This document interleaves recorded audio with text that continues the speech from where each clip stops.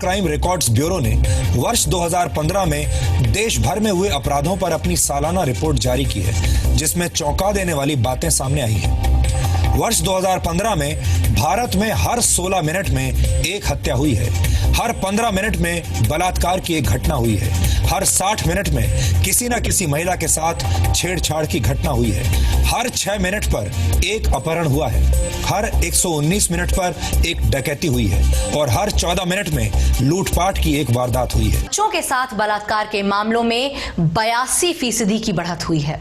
देश अब अतिथि देवो भव के भी अपने दावे को मिट्टी में मिला चुका। देश भर में विदेशियों के खिलाफ होने वाले अपराधों के 382 केसेस में से 194 दिल्ली से हैं। India has the highest suicide rates in the world, with maximum number of young people on the brink. With an estimated 1,87,000 suicides in 2010. India has been ranked at number 3 worldwide for watching porn. Drugs के कारोबार में भारत का हिस्सा 1.4 यानी 1.4 अरब dollar यानी कि 84 अरब रुपए का है।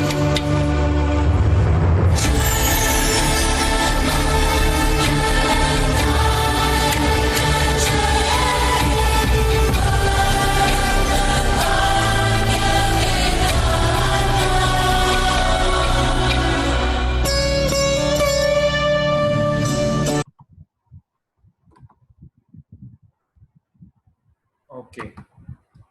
Hare Krishna. So the message is very straightforward, that although we should be very proud of our country's progress in so many ways, कई प्रकार से हम लोगों ने कई चीजों में बहुत आगे बढ़े हैं, लेकिन कुछ चीजों में हम बहुत पीछे हो गए। एक्चुअली इंडिया में ऐसी बहुत सारी प्रॉब्लम्स थी जो कि आज हम देखते हैं, जो कि पहले कभी थी नहीं, क्योंकि हमने मॉडर्नाइजेशन को अपनाया, वो ठीक है, पर हमने ब्लाइंडली वेस्टर्नाइजेशन को अपनाया और कई हद तक जो हमारी वैल्यूज हैं उनको नेग्लेक्ट किया गया। और आज जब पूरी दुनिया वापस योग की तरफ देख रही है, भगवत गीता की तरफ देख रही है, तो हम लोग थोड़ा बहुत रियलाइज कर पा रहे हैं okay, maybe there is something in this, है ना? So रियलिटी ये है, और आप तो जो लोग भुवनेश्वर में वो तो देख ही रहे हैं कि यूथ की स्थिति बहुत गंभीर है, और हर 1 घंटे में एक बच्चा सुसाइड कर रहा है. This is the stats. और ड्रग अब्यूज और एडिक्शन की तो बात ही अलग है. और ये सब आप कोई लोग बोल सकते हैं तो इसमें क्या खराबी है. मान लो व्यक्ति ड्रग्स ले भी रहा है, बच्चा शराब पी भी ले रहा है, या सिगरेट ज्यादा पी भी रहा है, तो उसमें इतनी खराबी क्या है. उसको हम लोग थोड़ा देखेंगे धीरे धीरे कि how it can be so lethal, specially if it is not controlled. तो हैबिट्स मतलब चीज क्या है. तो एरिस्टोटल ने डिफाइन किया है हैबिट्स को. It's a very nice definition कि habits are the acts repeated over and again till it becomes our fixed way of thinking, evaluating and reacting to the situations in life. तो यहाँ पे जो keyword है वो है repeated, over and again. कोई कार्य है, कोई प्रणाली है जिसको हम बार बार करते हैं, बार बार करते हैं. पहले हम लोग कॉन्शियसली करते हैं, करते रहते हैं, तो फिर वो हमारे बीइंग का, हमारे चरित्र का इंटीग्रल पार्ट बन जाता है. तो हम अनकॉन्शियसली वो करने लगते हैं. It becomes our fixed way of thinking. हमारे विचार उस प्रकार से होने लगते हैं, हम दुनिया को उस नजरों से देखने लगते हैं. तो हैबिट्स का इम्पैक्ट फिजिकल लेवल से शुरू होता है, but it can have impact onto mental, intellectual, and it can really impact our consciousness badly or good. जैसे कहावत है ना, old habits die hard. जैसे एक हॉलीवुड में पहले एक मूवी था, Die Hard movie. Okay, audio is not clear.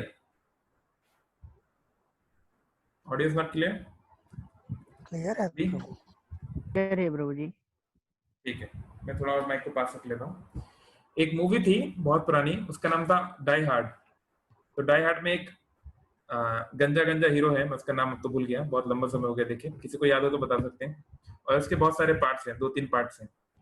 तो उसमें क्या होता है कि उस मूवी का बेसिकली स्टोरी यही है कि वो व्यक्ति बहुत सारी सिचुएशन में पड़ता है और बहुत सारे चीजें हो रही हैं, माफिया से लड़ता है, ये करता है, पर वो मरता नहीं है. किसी भी तरीके से उसको मारा नहीं जा पा रहा है, वो कहीं ना कहीं से बच जाता है. तो हैबिट्स भी इस तरीके से होती हैं. एक बार वो पुरानी हो जाए तो उनको मारना बड़ा मुश्किल है. अगर वो इमेच्योर है, शुरुआती स्टेज पर है, तो कुछ किया जा सकता है, उनको मोल्ड किया जा सकता है. एक बार अगर वो हार्ड हो गई, एक बार अगर वो मैच्योर हो गई, तो बड़ा मुश्किल है. जैसे ये स्पेनिश प्रोवर्ब बोल रहा है कि habits are first cobwebs and then cables. जो स्पाइडर, मकड़ी अपना जो जाला बनाती है, वो बहुत कमजोर होता है एक इंसान के दृष्टिकोण से. एक इंसान आसानी से इसको तोड़ सकता है, लेकिन अगर आप उसको बनने दोगे, आप कोई रूम में आओ मत 10 साल, 20 साल, 30 साल तक, तो हो सकता है कि वो जाल इतने बढ़ जाए कि केबल्स की तरह बन जाए. फिर केबल तो आप तोड़ नहीं पाओगे, सामान्य व्यक्ति केबल को नहीं तोड़ पाएगा. तो इसलिए ये जो बहुत छोटी छोटी बातें जो लग रही हैं, ये भी भगवत गीता में एड्रेस की गई हैं, क्योंकि small things can make huge difference in our life. जब एक बड़ी फॉरेस्ट फायर शुरू होती है तो ऐसा नहीं होता कि कोई जाके वहां पे बम फोड़ के आता है या कोई आग जला के आता है. नहीं, 2 बांस के पेड़ों के बीच में हल्का सा फ्रिक्शन होता है, छोटा सा फ्रिक्शन, और उससे कई बार इतनी बड़ी बड़ी फॉरेस्ट फायर, जैसे जनवरी में हुई थी ऑस्ट्रेलियन बुश फायर, है ना, हजारों एकड़ में फैला हुआ जंगल जल गया, कितने 50 करोड़ के आसपास जानवर मारे गए. तो ये दिखने में छोटी है, बट ये घातक हो सकती है अगर शुरुआती स्तर पे कार्य नहीं किया गया. तो एक बहुत अच्छा कोट है मिस्टर नोबल का कि first we make our habits but then habits make us. इसको कोई एक्सप्लेन कर सकता है, इसका क्या अर्थ हुआ? What do you understand by this quote? कोई अपने आप को अनम्यूट करके बोलना चाहेगा? हाँ जरूर, कोई तो करो अनम्यूट. इस कोट से हम क्या समझ सकते हैं कि first we make our habits but then habits make us. Hare Krishna. इसमें ये बताया कि पहले हम लोग कॉन्शियसली उस चीज को अपनाते हैं, फिर वो हमें अंदर से कंट्रोल करनी स्टार्ट कर लेती है, फिर वो अपने आप होना चालू हो जाता है. बहुत अच्छा बताया आदर्श आपने. हाँ, सही बोल रहे हैं आदर्श. देखिए जैसे इसमें एक गुड हैबिट का एग्जांपल इस स्लाइड में दिया गया है. एक व्यक्ति मॉर्निंग वॉक पे जा रहा है या जॉगिंग पे जा रहा है, बहुत अच्छा है, जाना चाहिए. तो जॉगिंग पे अगर आपको जाना है, पहले दिन आपने सोचा चलो कल से मैं जॉगिंग पे जाऊंगा, तो क्या आपकी नींद खुल जाएगी पहले दिन? कभी नहीं खुलेगी। आपको अलार्म लगाना पड़ेगा, मम्मी को बोलना पड़ेगा, मम्मी प्लीज 5 बजे उठा देना, मुझे जाना है, इस बार मैं सीरियस हूँ। और अपने दोस्तों को बोलोगे अगर मैं नहीं आया तो बाहर आवाज लगा देना। पहले ऐसा होता था, ऑफ कोर्स आजकल तो फोन सबके पास है, पहले बच्चों के पास फोन नहीं होते थे। तो पहले आपको कॉन्शियसली एफर्ट डालना पड़ेगा सुबह उठने के लिए, है ना। कहते हैं ना 21 डेज आपको कोई एफर्ट लगाओगे तब आप किसी चीज को हैबिचुअल हो सकते हो। लेकिन 21 दिन के बाद, 22 दिन के बाद, 1-2 महीने के बाद आपको अलार्म लगाने की भी जरूरत नहीं, अपने आप 5 बजे नींद खुल जाएगी। हुआ कि नहीं? अगर आप उसको हैबिट बना लें तो अपने आप नींद खुल जाती है।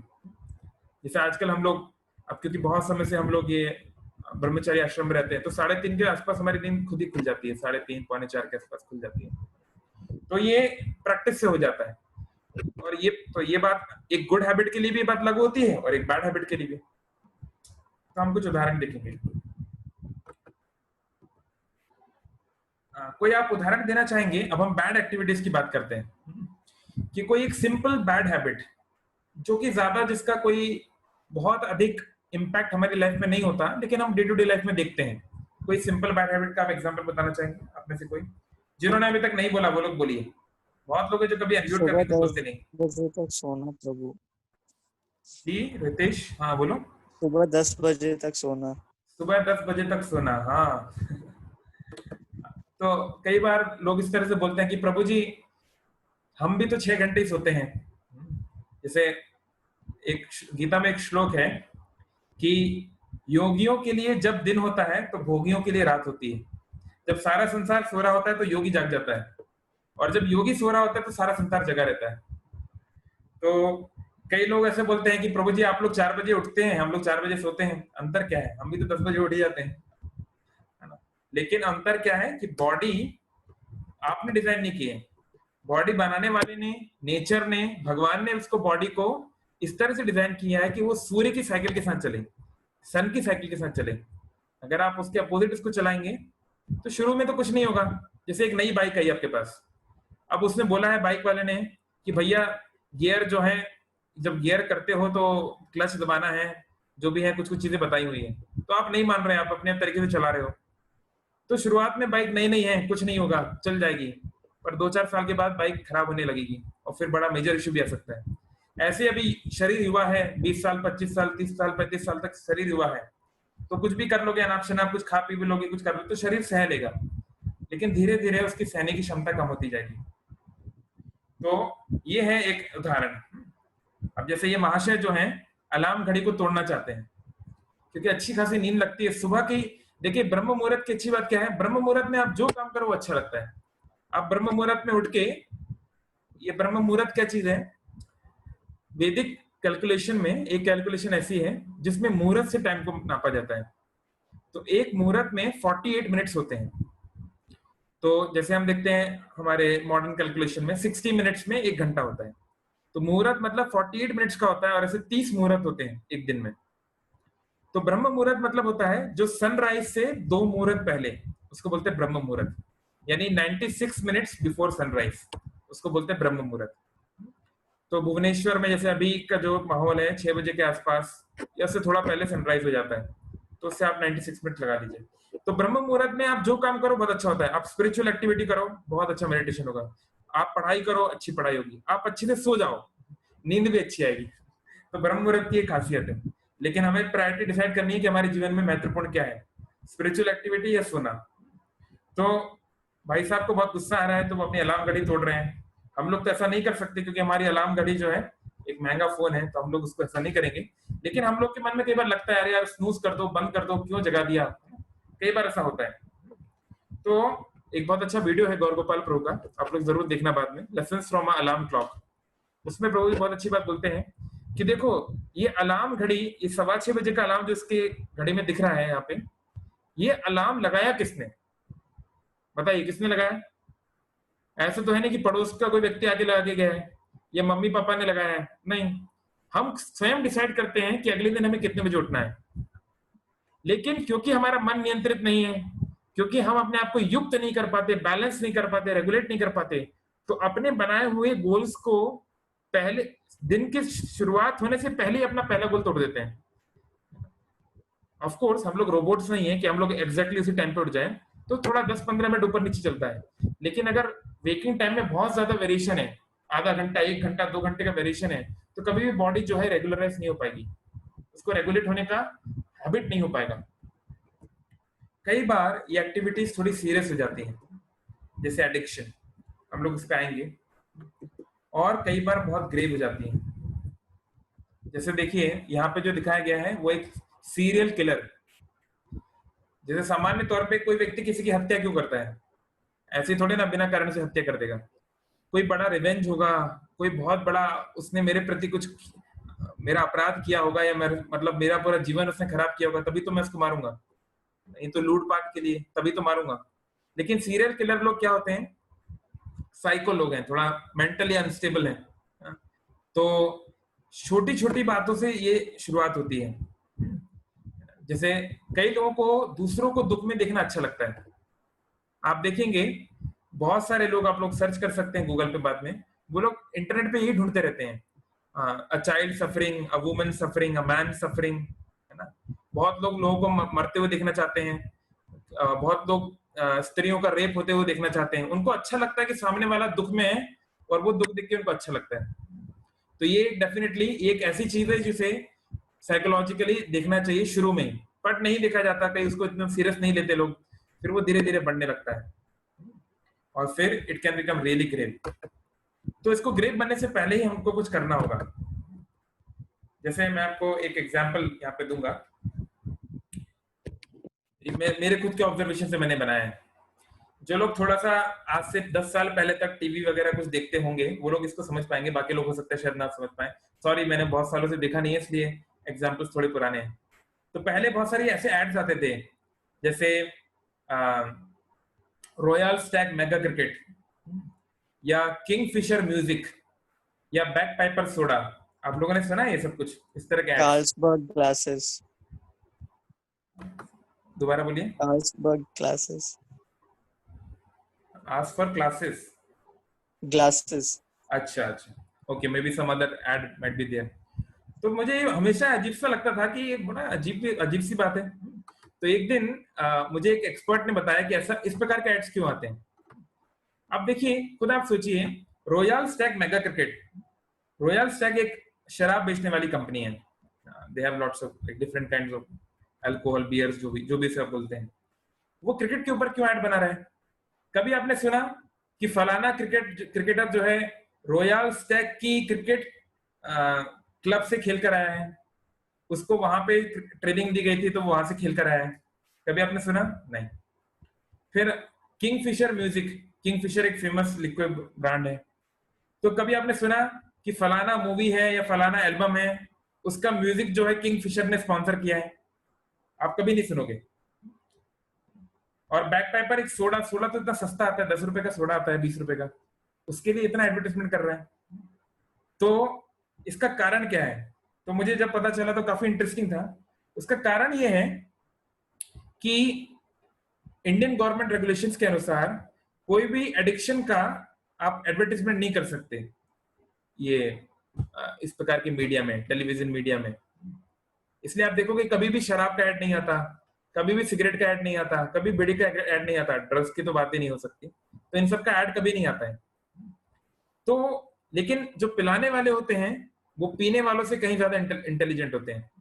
उनको पता है कि कहां से इनको पिलाना है, बच्चों को या युवाओं को कैसे प्रभावित करना है।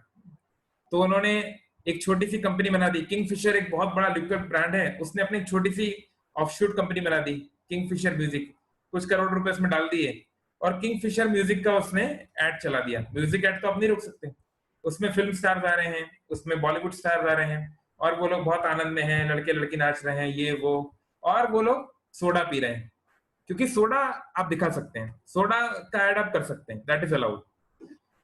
तो उससे होता क्या है, सबके मन में ब्रांड की इमेज बन गई कि हाँ किंगफिशर बढ़िया है, बहुत आनंद आता है किंगफिशर पीने से। तो व्यक्ति जब शराब की दुकान पे जाएगा, विदेशी ठर्रे की दुकान और व्हाटएवर, तो वहां पे वो देखेगा कि हाँ ये किंगफिशर की शराब रखी हुई है, तो उसको याद आएगा कि हाँ किंगफिशर पी के तो बहुत आनंद आता है, मैंने देखा टीवी पे, तो वो उसको लेगा। तो इस प्रकार से हमको प्रभावित किया जाता है, और धीरे धीरे समाज से या सो कॉल्ड फ्रेंड सर्कल से हमारी आदतें पड़ने लगती हैं धीरे धीरे। तो मैं एक शॉर्ट वीडियो दिखाऊंगा, या फिर नहीं भी दिखाऊंगा तो चलेगा, क्योंकि आप लोग जान, या फिर अगर आप लोग दिखना चाहें कि एक्चुअली इसका इम्पैक्ट क्या होता है, चलो थोड़ा देख ही लो।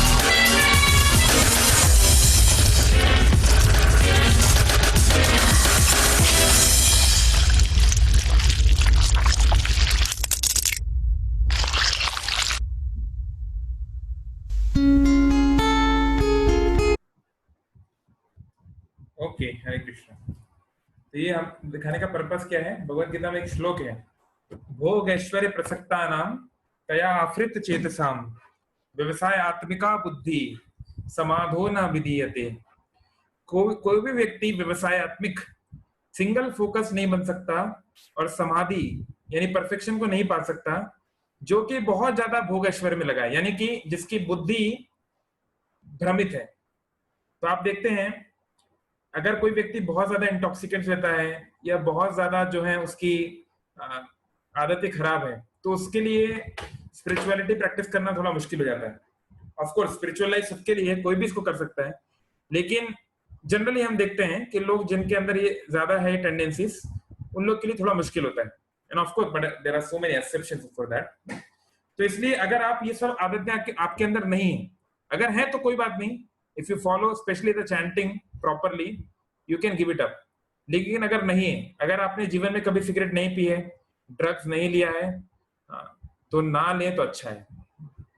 कई बार दोस्त लोग हमको बोलते हैं एक बार ट्राई तो करो, जैसे हमारे क्षेत्र में ऐसा बोला जाता है, जो एक बार सुट्टा नहीं मारेगा वो उसे इंजीनियर नहीं कहा जाएगा। ऐसा कुछ लोग अलग अलग कॉलेजेस में लोग नहीं बोलते हैं, फ्रेंड्स या सीनियर्स। तो एक शॉर्ट वीडियो है इस बारे में भी।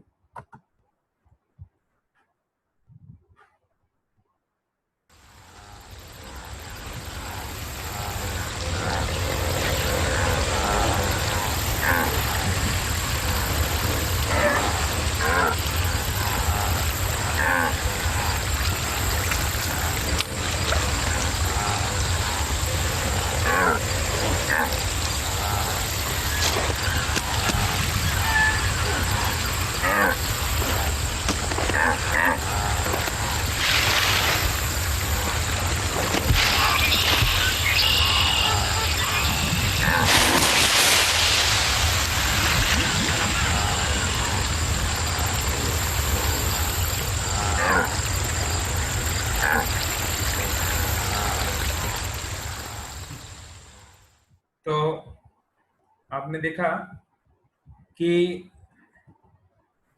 शास्त्रों में एग्जाम्पल है कि कोई व्यक्ति क्या होते हैं, वो सुन के समझ जाते हैं।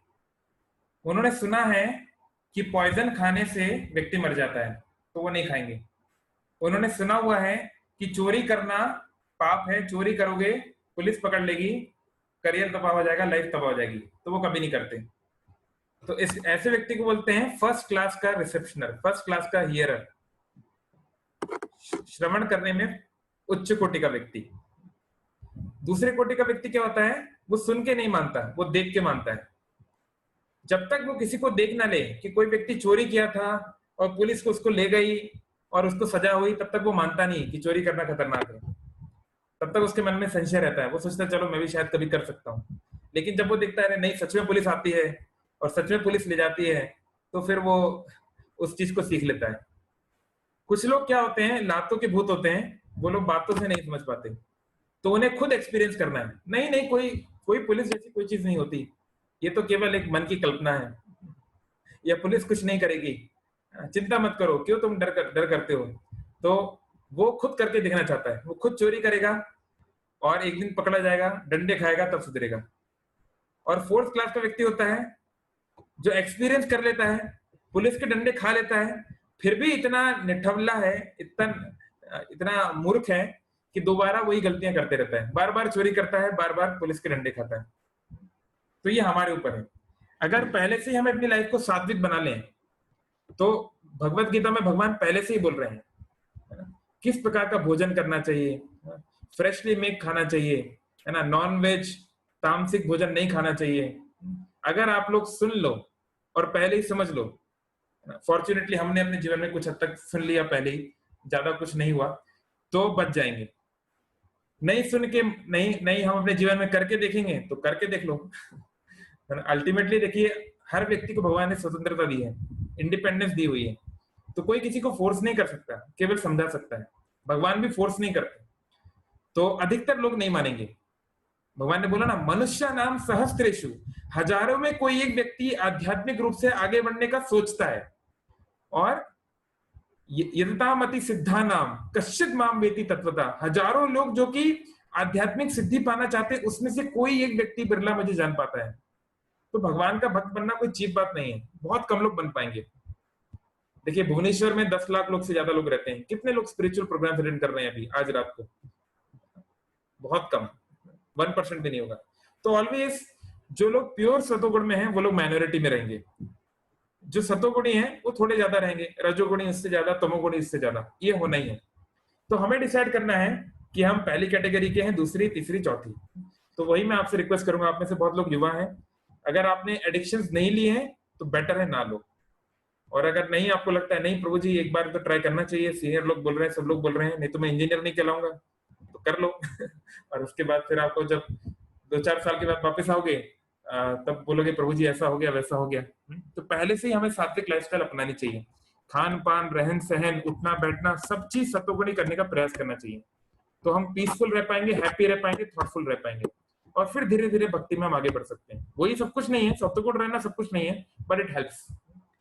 तो हैबिट्स जो होती हैं वो एडिक्टिव होती हैं, नशे की तरह। जैसे ये भूत है, यहाँ पे भूत जैसा कोई व्यक्ति दिख रहा है ना, जैसे गांव में कभी कोई व्यक्ति है, उसको बोलते हैं माता चढ़ गई, इसको भूत चढ़ गया, तो पागलों की तरह बिहेव करने लगता है। ऐसे ही हैबिट्स के द्वारा व्यक्ति पागल हो जाता है।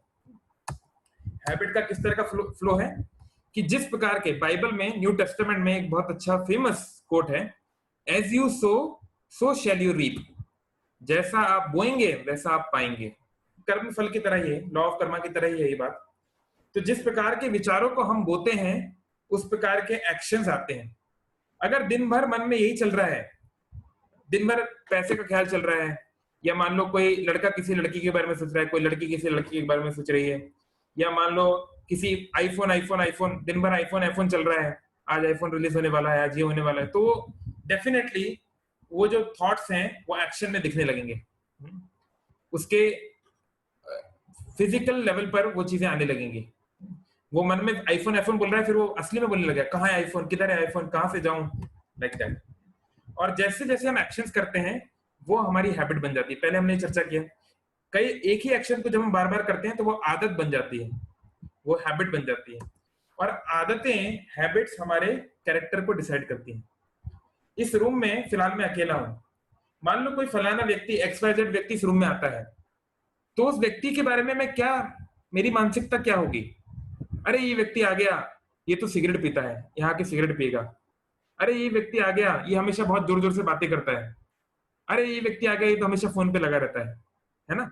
तो दुनिया में हमें लोग किस तरीके से देखते हैं? हमारी हैबिट्स के द्वारा।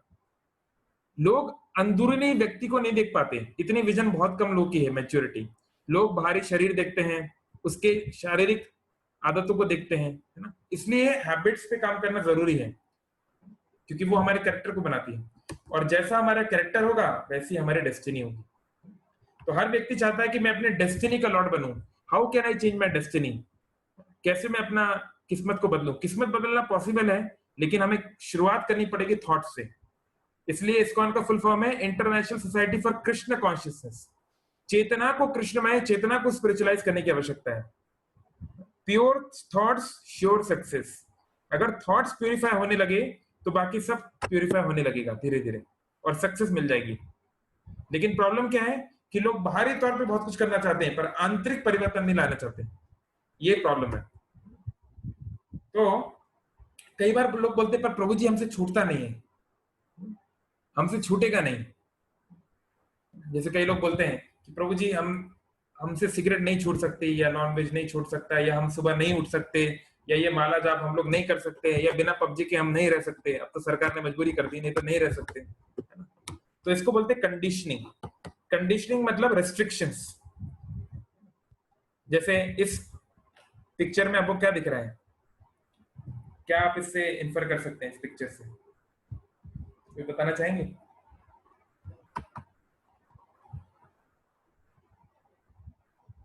अपने आप को अनम्यूट करके बोल सकते हैं। कोई नहीं? एक हाँ बोलिए आदर्श।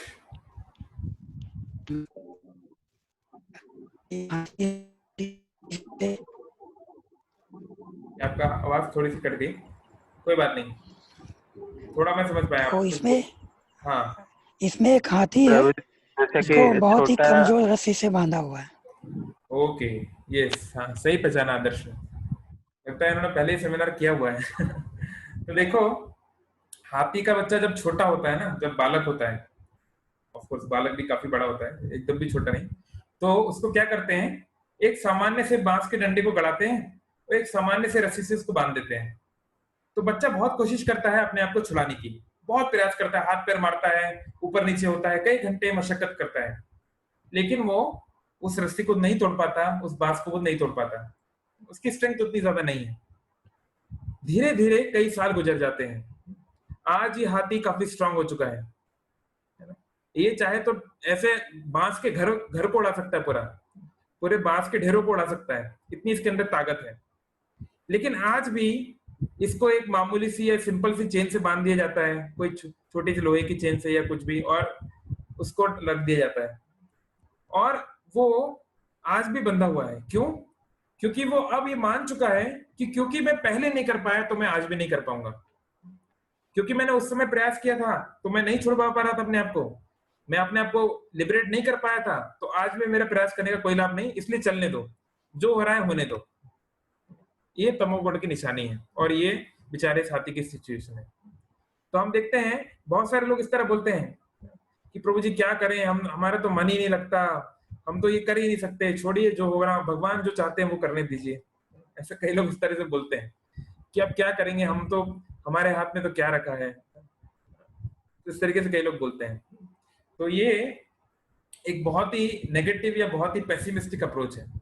हो सकता है पहले नहीं हुआ, लेकिन आज एक नया माहौल है, आपके पास स्पिरिचुअल नॉलेज है, आपके पास ये हरे कृष्ण महामंत्र है, आपके पास इतना बड़ा सोसाइटी है जो आपको हेल्प कर सकता है।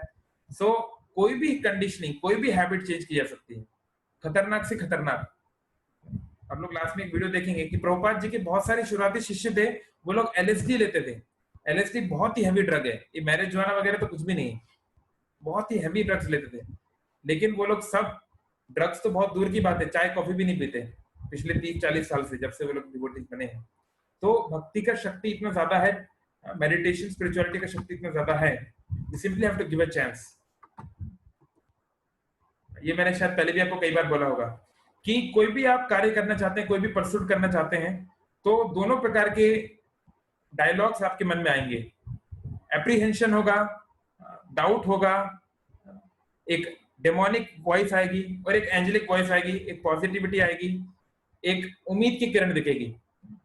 तो दोनों प्रकार के कुत्ते जो हैं हमारे हृदय में, एक गुड डॉग, एक बैड डॉग, और दोनों आपस में लड़ रहे हैं। अब हमको डिसाइड करना है कि हम किसके ऊपर फोकस करते हैं, किसको हम खाना देते हैं, किसको हम फिजिकली स्ट्रांग बनाते हैं और किसको हम स्टार्व करते हैं, किसको हम भूखा मारते हैं। तो हैबिट्स को चेंज करना कोई जादू की बात नहीं है, इसके लिए एफर्ट डालना पड़ेगा, इसके लिए सिस्टमैटिकली हमारी लाइफस्टाइल को, हमारे लाइफ को चेंज करना पड़ेगा, तभी वो चीज हो पाएगी। अगर हम लोग कोई एफर्ट नहीं डालना चाहते, नो पेन नो गेन, तो नहीं हो पाएगा। किसी भी एफर्ट में इस दुनिया में, किसी भी मिशन में, किसी भी अकम्प्लिशमेंट में एफर्ट की आवश्यकता तो है।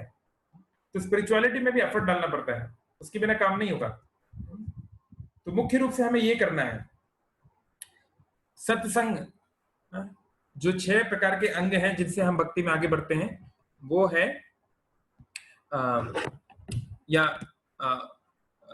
जो हमारे भक्ति के लिए अनुकूल है और जो हमारे प्रति के लिए प्रतिकूल है। एक उपदेशामृत नाम के शास्त्र में इसका डिस्क्रिप्शन है कि क्या चीज हमारी स्पिरिचुअल लाइफ के लिए फेवरेबल है, क्या चीज हमारी लाइफ के लिए फेवरेबल नहीं है। तो उसमें बार बार एसोसिएशन पे बात की गई है। संग, a man is known by his company. तो संग का मतलब होता है केवल ये नहीं कि मैं किन लोगों के साथ में बैठा हूं, नहीं, मैं किस प्रकार के इंफॉर्मेशन को अपने कॉन्शियसनेस में इनपुट कर रहा हूं, मैं किस प्रकार की मूवीज देखता हूं, किस प्रकार का म्यूजिक देखता हूं, किस प्रकार का पेपर पढ़ता हूं, कैसी बुक्स पढ़ता हूं, किन लोगों से फोन पे बात करता हूं, किन लोगों से व्हाट्सएप फेसबुक पे बात करता हूं इत्यादि। जो भी इंफॉर्मेशन इनकमिंग है वो हमारी कॉन्शियसनेस को इम्पैक्ट करती है ना। हम लोग आगे देखेंगे कुछ उदाहरणों को कैसे। जैसे जो लोग कंप्यूटर साइंस या आईटी से हैं, वो लोग पढ़ेंगे या पढ़ चुके होंगे GIGO principle of programming methodology. तो गीगो प्रिंसिपल होता है गार्बेज इन गार्बेज आउट। अगर आपको प्रोग्रामिंग की थोड़ी आइडिया है तो आपको पता होगा कि जब भी हम सिंटेक्स लिखते हैं तो हमें कुछ कॉन्सेप्ट्स का, कुछ कंसिडरेशंस का ध्यान रखना पड़ता है। ब्रैकेट खोला है तो बंद करो, कोई अगर हमने नया डिफाइन किया है कोई वेरिएबल तो उसमें कमेंट्स में बताओ उसका मतलब क्या है ना। तो ऐसे कुछ चीजों का हमें ध्यान देना पड़ता है। अगर हम उनका ध्यान नहीं देंगे और कचरे की तरह, गार्बेज की तरह कोड को लिख देंगे तो क्या होगा? Syntax error. वो कंपाइलर उसको दिखाएगा नहीं, उसको एरर दिखा देगा।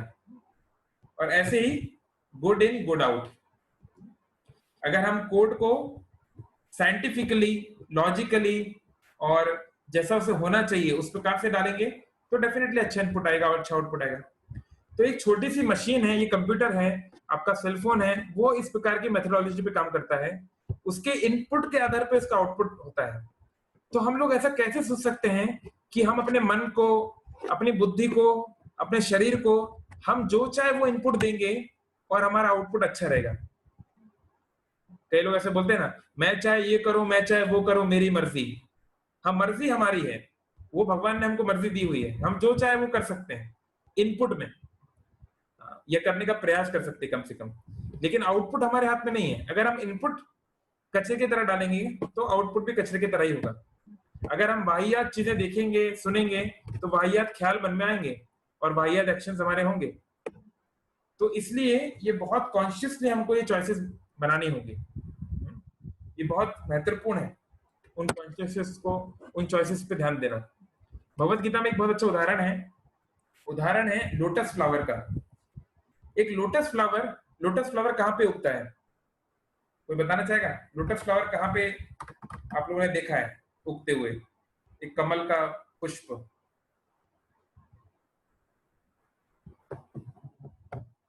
कहाँ देखा है?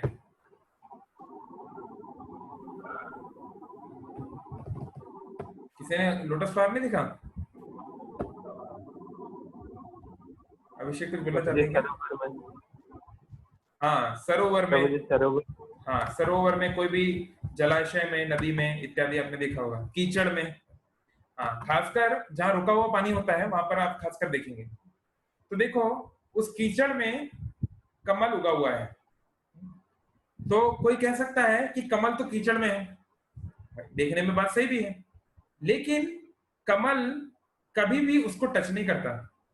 कमल का जो फूल है कभी भी कीचड़ से टच नहीं होता। तो आप लोग बोलेंगे प्रभु जी आप कैसे बात बोल रहे हैं, दुनिया में सारे लोग तो सतोगुणी नहीं है, स्पिरिचुअल नहीं है, पॉजिटिव माइंडेड नहीं है, हमें ऑफिस जाना है 10 प्रकार के लोगों से मिलना है, हमें कॉलेज में 10 प्रकार के लोगों से मिलना है, तो कैसे हम लोग हमेशा इस प्रकार से स्पिरिचुअली सच्चा रह सकते हैं? तो देखो यहाँ पे दो वर्ड्स आते हैं, एक होता है एसोसिएशन और एक होता है इंप्रेशन। एसोसिएशन मतलब होता है विचारों का आदान प्रदान, मानसिकता का आदान प्रदान, चेतना का आदान प्रदान, कि हम उनसे प्रभावित हो जाएं, उसको बोलते हैं एसोसिएशन।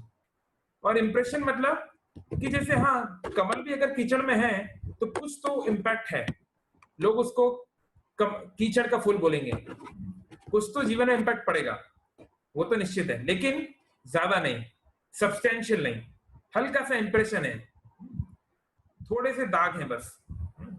तो इसलिए अगर हमें मान लो बहुत ज्यादा नेगेटिव लोगों से भी मिलना पड़े, बिल्कुल कोई नास्तिक व्यक्ति है या कोई मतलब बहुत ही ज्यादा क्रूअल व्यक्ति है, ऐसे लोगों से भी डील करना पड़े हमारी ड्यूटीज के कारण, तो डील करना चाहिए, लेकिन हमें देखना चाहिए कि हम उनके विचारों से अत्यधिक प्रभावित ना हो।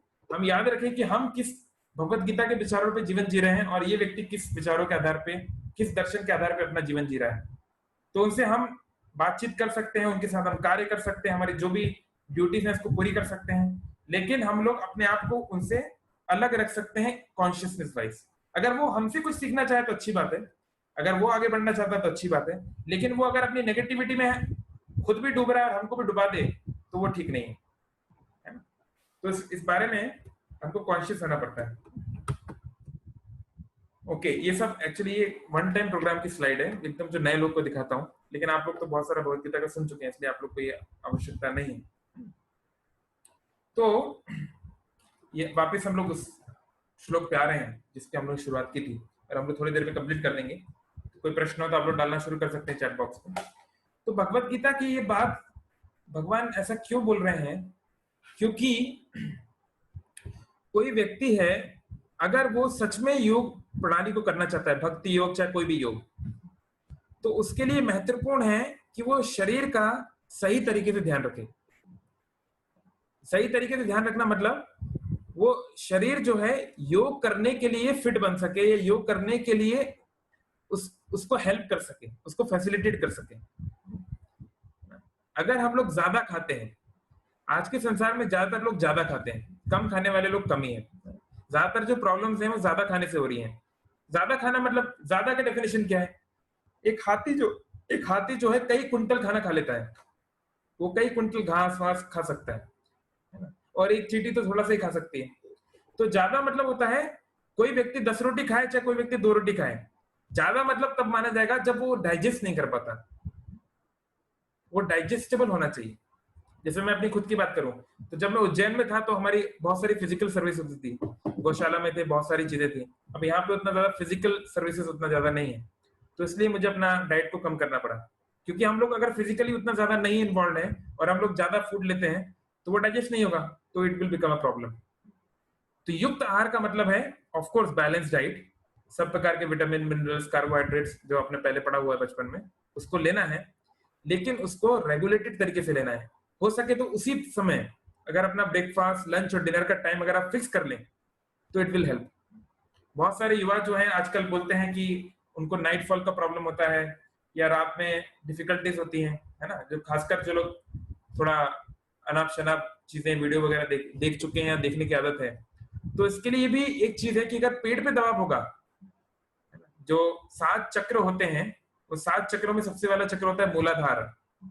तो सीमेन सामान्य जीव के लिए, जो कि भक्ति में या योगिक प्रणाली में आगे नहीं है, उसके लिए उसका सीमेन योगाधार पे होता है या मूलाधार पे होता है, तो उसका सीक्रेट होना बहुत इजी है।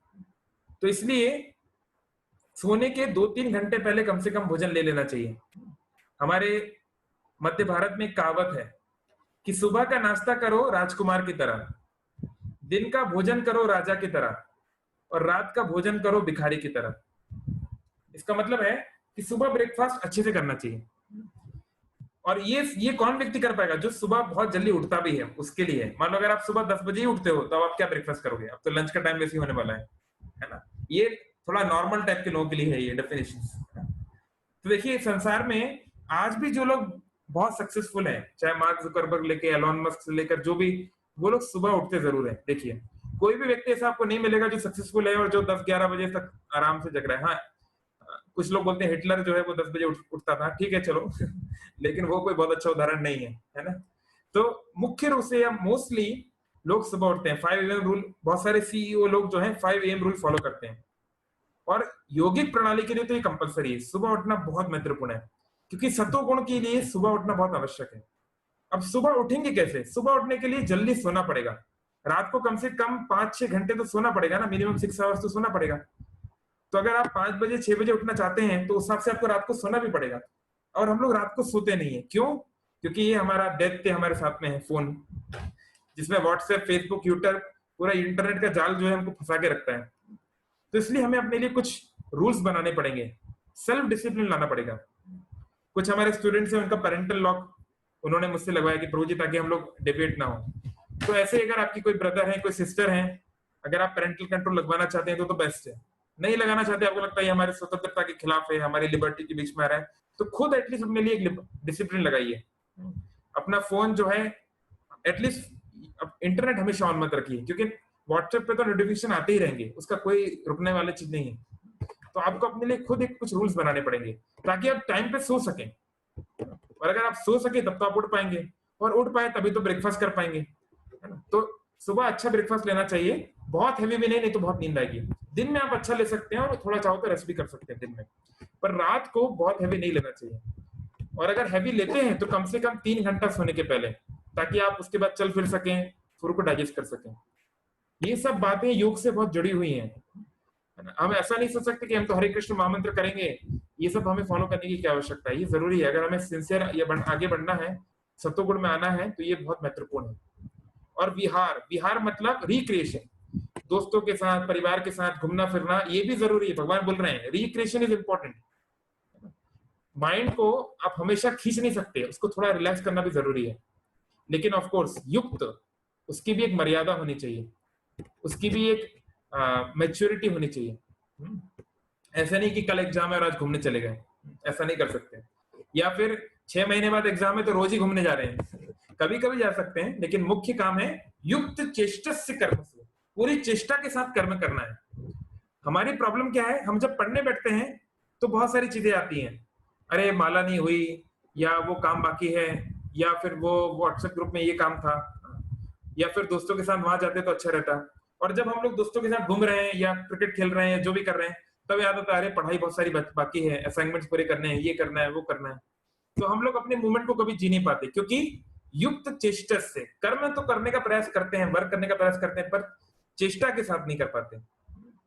और युक्त सपना अबोधस्य, जो हमने बोला, सपने देखने को भी युक्त करो, यानी सोने को भी युक्त करो, और अबोधस्य जागने को भी युक्त करो, जो हमने चर्चा किया। ये बहुत महत्वपूर्ण है, ये चारों चीजें फिजिकल लेवल पर। अगर ये नहीं होंगी तो बड़ी दिक्कत आ जाएगी।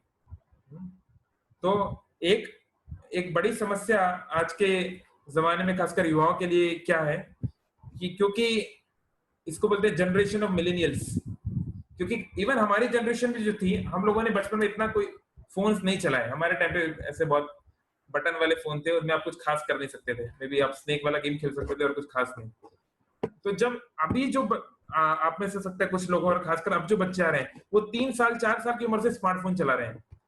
तो स्मार्टफोन तो चला रहे हैं पर वो लोग स्मार्ट नहीं हो पा रहे हैं, क्योंकि उनकी मैं एक अमोघ लीलापुर का वीडियो शेयर करूंगा कैसा, आप लोग जरूर देखिए बाद में, अभी हाल ही में उन्होंने बनाया। तो वो बहुत एक्सपर्ट है पबजी खेलने में, टिकटॉक में वीडियो बनाने में, लेकिन संसार की बहुत सारी रिलेटिव से वो लोग वाकिफ नहीं है। सुसाइड करने का एक बड़ा कारण ये है कि व्यक्ति को हमेशा सिखाया जाता है कि you have to be successful, तुम जो चाहो, पूरी कायनात तुम्हें वो दिलाने के पीछे पड़ जाएगी। बहुत सारा मोटिवेशन सुन लेते हैं, पर रियलिटी ये है कि आईआईटी के एग्जाम में अगर 1 लाख लोग बैठते हैं, आई डोंट नो अभी लोग कितने लोग बैठते हैं, पहले तो लाखों लोग बैठते थे, मान लो अगर 1 लाख लोग बैठते हैं आईआईटी के एग्जाम में, तो केवल 10,000 लोग का सिलेक्शन होगा, उसमें भी 5,000 लोग ही अच्छे कॉलेज में जाएंगे। 95% या 99% लोग जो है वो आईआईटी में नहीं जा पाएंगे, तो फेल होने के चांसेस ज्यादा हैं। ये रियलिटी है, ये फैक्चुअल रियलिटी है। तो ऑप्टिमिस्टिक होना चाहिए कि हाँ हमारा बच्चा जरूर करेगा, हम जरूर करेंगे, ऑप्टिमिस्टिक होना चाहिए, लेकिन इतना भी ज्यादा अटैच नहीं होना चाहिए, इतना भी ज्यादा वर्ल्डली लाइफ में नहीं जीना चाहिए, या एक होलोकॉस्ट में नहीं जीना चाहिए कि अगर मान लो हम फेल हो गए तो हमें ये पता ही ना हो कि हम फेलियर से कैसे टैकल करें। तो भगवत गीता हमें सो कॉल्ड सक्सेस ही नहीं सिखाती, हमें ये भी सिखाती है कि दुख से कैसे जीते। मात्रा स्पर्शस्तु कौन्तेय शीतोष्ण सुख दुखदः। भगवान गीता में ये नहीं बोल रहे हैं कि तुम मेरे भक्त बन जाओ, तुम्हारे जीवन में कोई दुख नहीं आएगा। भगवान ऐसी झूठी बातें या घुमाने फिराने वाली बातें नहीं कर रहे हैं, सच्चाई बता रहे हैं। दुख तो आएगा ही अर्जुन, सुख और दुख तो आना है, मुश्किलें आनी है, सर्दी गर्मी आनी है, लेकिन क्या अंतर क्या है? ताम स्थितिक्षव भारत, अगर तुम इसको टॉलरेट करते हुए मेरी शरण में आ गए, तस्मा सर्वेषु कालेषु माम अनुस्मरणम युद्धचा, सारे समय अगर तुम मुझे याद करते करते युद्ध लड़े, युद्ध में कोई आपके लिए फूलों की बरसात नहीं होगी, युद्ध में तो तीरों की बरसात ही होगी, खून बहेगा, दुख होगा, लड़ाई होगी, पसीना बहेगा। तो संसार में स्ट्रगल तो है, struggle for existence a human race.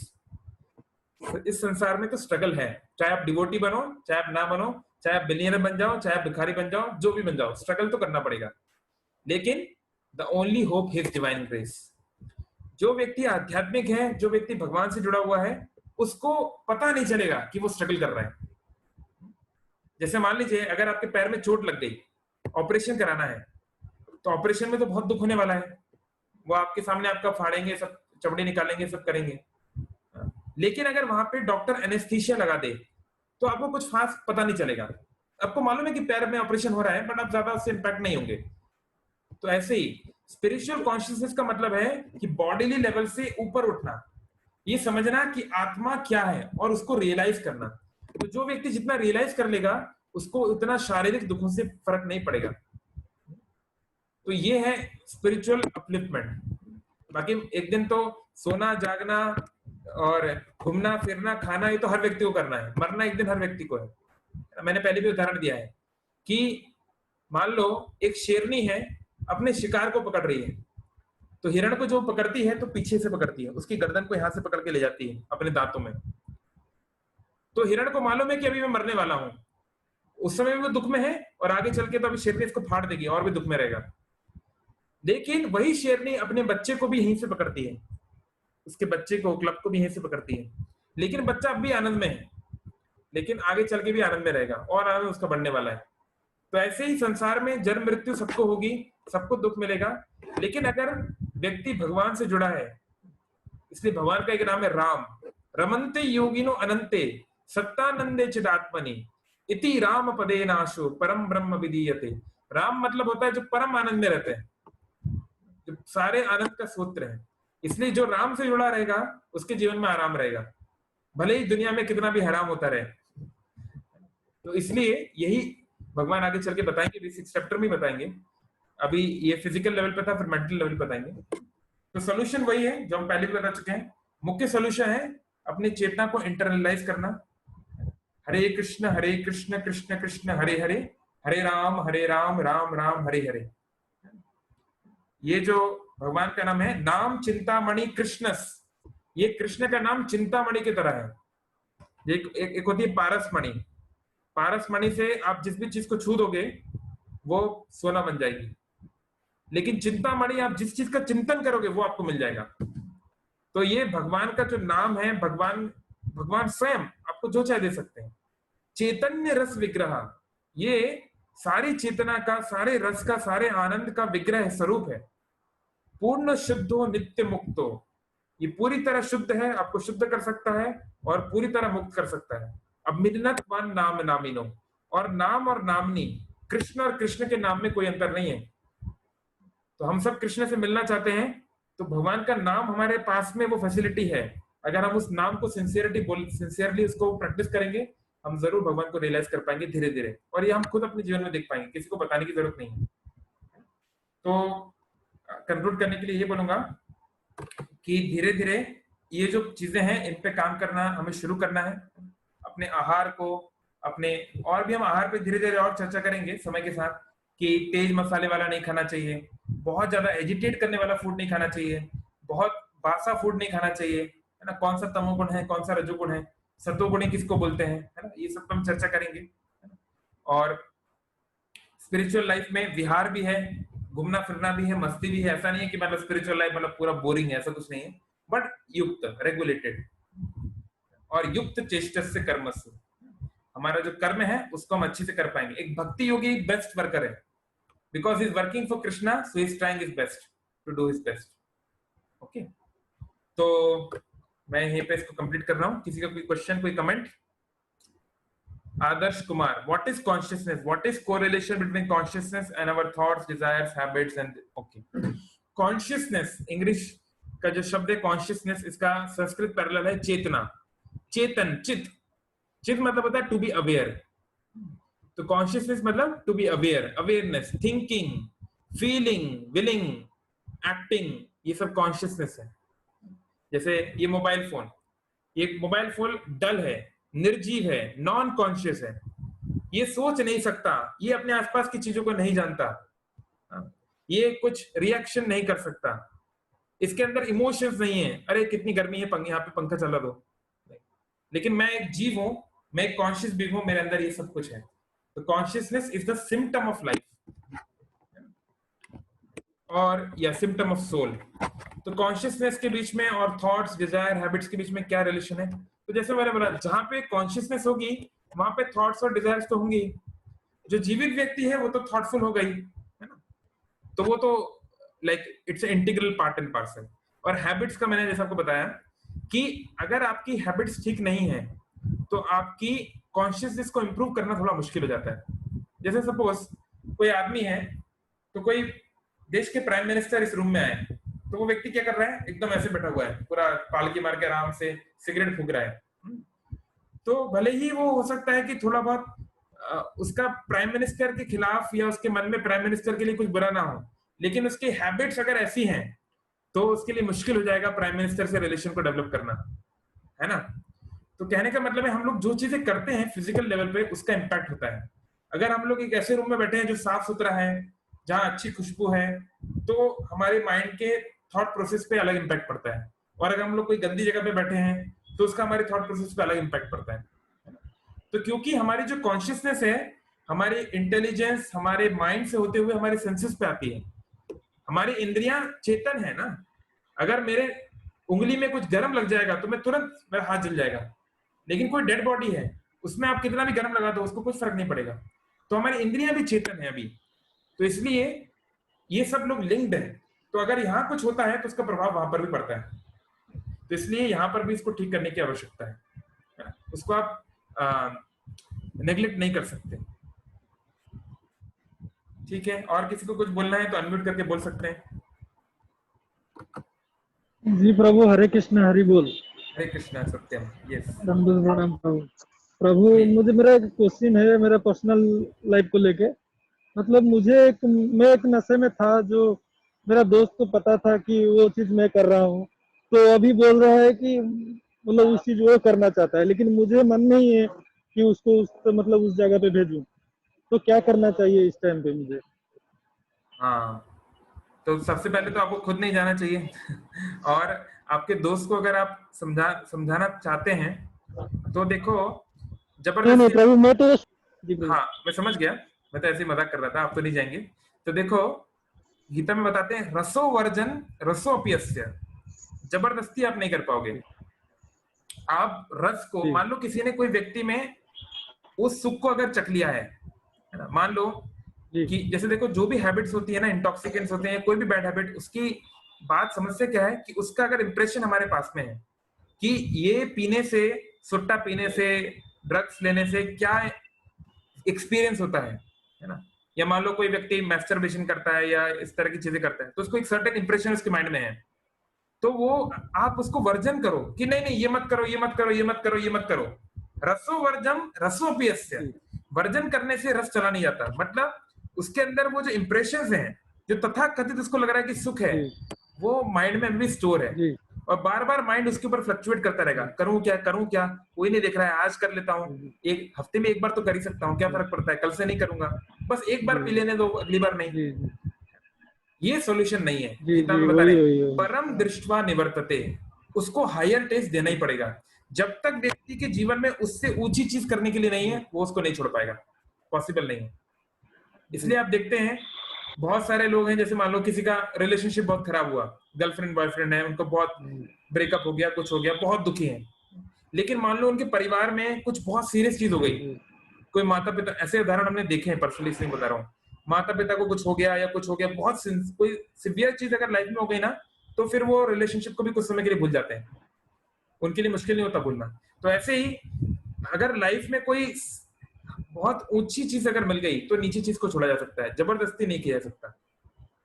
तो अपने दोस्त को आप धीरे धीरे, आप उसको चैंटिंग के बारे में बता सकते हैं, उसको गीता दे सकते हैं, उसको धीरे धीरे समझा सकते हैं उसके लेवल के अनुसार, और धीरे धीरे ही कैन इम्प्रूव। बाकी जबरदस्ती करने से नहीं होगा, आप जबरदस्ती इसको बोलोगे ये मत करो, ये मत करो, वो नहीं चलेगा ज्यादा। और किसी को कुछ बोलना है? किसी का कोई प्रश्न, कोई कमेंट, कोई कुछ बोलना चाहते हो, अपना कोई एक्सपीरियंस शेयर करना चाहते हो, आपके किसी दोस्त का या कुछ भी?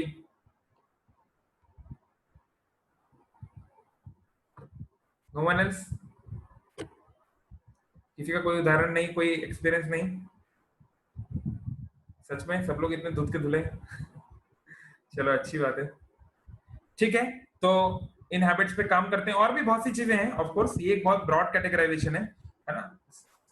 हमारे लाइफ में बहुत सारी ऐसी छोटी छोटी चीजें हैं जिनको हम धीरे धीरे इंप्रूव कर सकते हैं। तो अगर आपको, और हमें अक्सर मदद की आवश्यकता होती है, तो मदद की आवश्यकता है तो अपने माता पिता की हेल्प लें, अपने बड़े भाई बहनों की भी हेल्प लें, हम लोगों को कांटेक्ट कर सकते हैं, जो भी आपके मेंटोर्स हैं उनको कांटेक्ट करें और उनकी हेल्प लें, और धीरे धीरे हैबिट्स को ओवरकम करने का प्रयास करें। ठीक है, थैंक यू वेरी मच। हरे कृष्णा। जगन्नाथ बलदेव सुभद्रा महारानी की जय। श्रील प्रभुपाद की जय।